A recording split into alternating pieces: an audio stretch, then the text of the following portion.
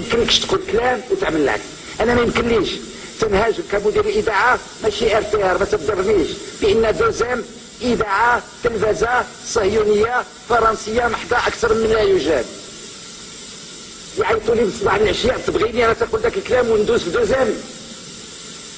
ما يمكنليش، لان اللي كتبت كله غادي نتناقض مع نفسي. فنقول لا يمكن ولا يقبل ان الاذاعه والتلفزه تكون تحت الوزير الداخليه وندوز في الاذاعه والتلفزه. لا نقول هذا الكلام امامكم ولا غدا تسمعوني في الاذاعه ولا في التلفزه؟ ما يمكنليش. ما تنقلش على موقفي، يمكن موقفي غلط، لكن المصداقيه هو ان الانسان في معاملته تيخص قد الكلام قد المواقف قد العمل.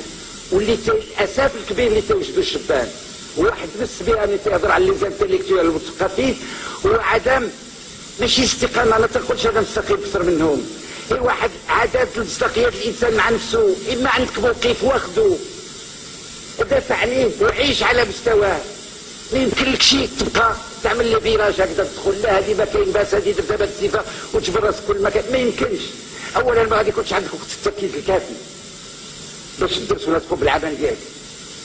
تقول قلت الصناعه وقلت ما عرفتش، ما يمكنش. الانسان يركز في حياته قال لك تبت واحد الحاجه ادخل معها التبعها.